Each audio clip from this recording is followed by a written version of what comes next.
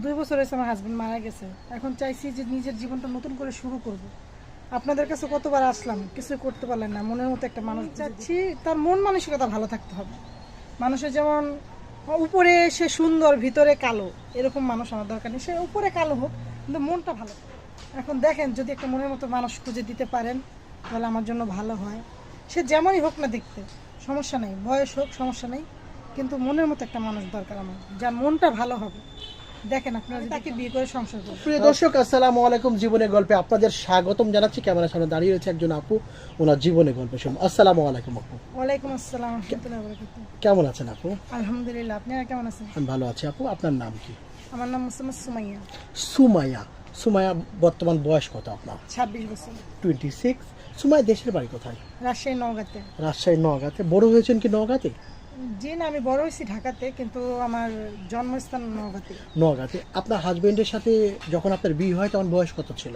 তখন আমার বয়স ছিল আপনার 22 বছর, 22-23 বছর। না 23 বছর। 23 বছর। ওনার সাথে সংসার কতদিন ছিল আপনার? 1 বছর 3 মাস। 1 বছর 3 মাস। এই অবস্থাতে তারপরে কিভাবে মারা গেলেন উনি? উনি একদিন আমার জন্য মার্কেট করার জন্য বাইরে গেছিলেন, তো মানে দুজন একসাথেই গেছিলাম আর কি। তো উনি আমি ওনাকে বললাম কি আমি আইসক্রিম খাবো। উনি বলতেছে এই পাশে তো আইসক্রিমের দোকান নেই।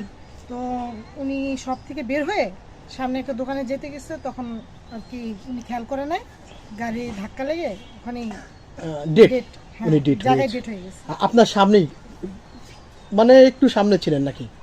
না, আমি একটু ভিতরেই ছিলাম। যখন চিৎকার চেঁচামেচি শুনে আমি বাইরে মানুষজন আসছি। জমে গেছে তখন? হ্যাঁ, জমে আমি একটু এসে ঢুকছি। আচ্ছা আপু,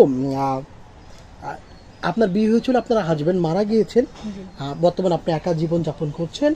আপনি দেখতে মাশাআল্লাহ চমৎকার, সুন্দরী আর কি। যে কোনো ছেলে আপনাকে বিয়ে করতে রেডি আছে বা রাজি আছেন। কেমন ছেলে আপনি চাচ্ছেন? আপনাকে বিয়ে করতে অনেকে রাজি আছে, আপনি কেমন ছেলে চাচ্ছেন? উপরে ফিটফাট দরকার নেই, জি মনটা ফিটফাট প্রয়োজন। জি এক নারীতে আসক্ত হলে হবে জি জি। না বেশি হলে হবে? না না না, একই নারীতে আসক্ত থাকতে হবে তাকে। আপনাকে ভালোবাসতে হবে। জি জি জি।